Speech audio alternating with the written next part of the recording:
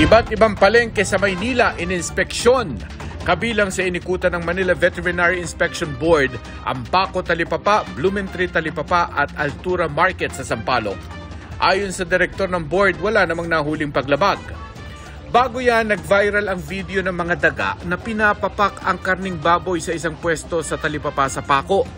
Nang balikan ng GMA Integrated News ang pwesto kanina, sarado pa rin ang tindahan at wala ang may-ari. Kaso ng chikungunya sa Pilipinas, halos 400% ang itinaas kumpara noong 2022. Sa datos ng DOH, mula sa 593 cases noong Enero hanggang Nobyembre ng taong 2022, pumalo ito sa 2,854 ngayong taon. Sa Asia, pangalawa ang Pilipinas sa may pinakamaraming naitalang kaso, kasunod ng India na nasa number 1. Ang chikungunya ay viral disease na dala ng lamok na Aedes aegypti na nagdadala rin ng dengue.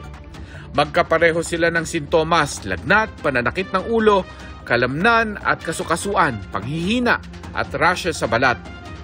Para sa GMA Integrated News, Mark Salazar, ang inyong saksi.